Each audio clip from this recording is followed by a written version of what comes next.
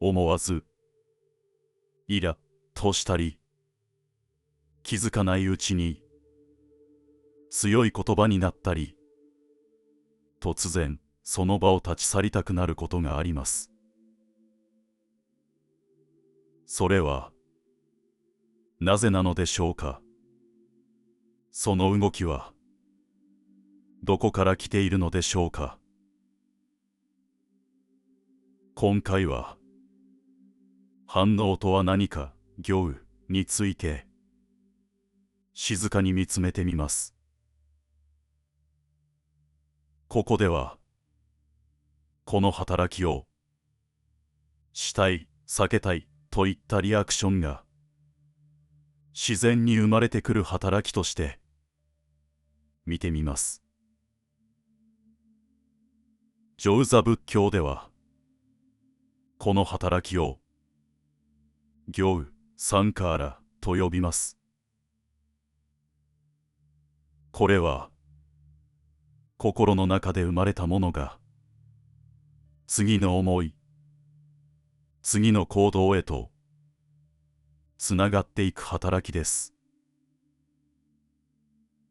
例えば何かを見た瞬間、感覚が生まれ、そこに意味がつき、そしてすぐに次の動きが生まれていく。その流れはとても早く、気づかないうちに進んでいくことがあります。気づいたときにはすでに動いている。この流れは自然に続いていきます。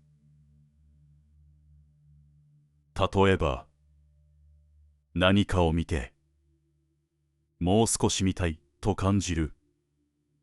気づかないうちに次のものへと進んでいく。また別のものが現れ、さらに続いていく。止めようとしているわけでもないのに、その流れに静かに乗ってしまうこともあるのかもしれません。振り返ってみると、私はこれまでその流れのままに動いてきたように思います。感情のままに言葉を口にしてしまったこともあったように思います。その一言で相手を傷つけてしまったこともあったのかもしれません。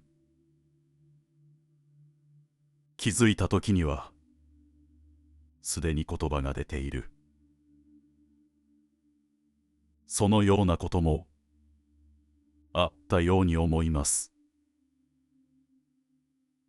もしかすると私たちも気づかないうちに同じような流れの中にいることがあるのではないでしょうか。ですが、それだけではないのかもしれません。ほんの一瞬でもその動きに気づくことができたなら、そのまま続いていた流れが少し変わることもあるのではないでしょうか。例えば何かを見てすぐに次へ進むのではなく、そのしたいという動きをそのまま見てみる。するとその流れが少し緩むこともあるように思います。その中で気づかないうちに繰り返していた反応に少し気づくことができたなら、その流れにそのまま乗らなくてもよいと感じられることもあるのかもしれません。そしていつもと同じ反応の中でほんの少しだけ立ち止まり、心が少しずつ整い進んでいく。それだけでも少し違う歩みになることもあるのかもしれません。反応とは何なのでしょうか。それはただ起きていることなのでしょうか。それとも次の動きを生み出しているのでしょうか。私たちはその流れの中でどのように動いているのでしょうか。気づかないまま続いているのでしょうか。ただ今起きているしたいという動きを少し見てみる。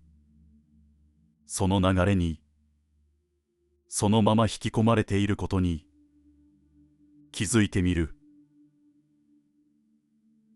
それだけでも余計に動き続けなくてもよいような、そこに少し落ち着きが生まれるのかもしれません。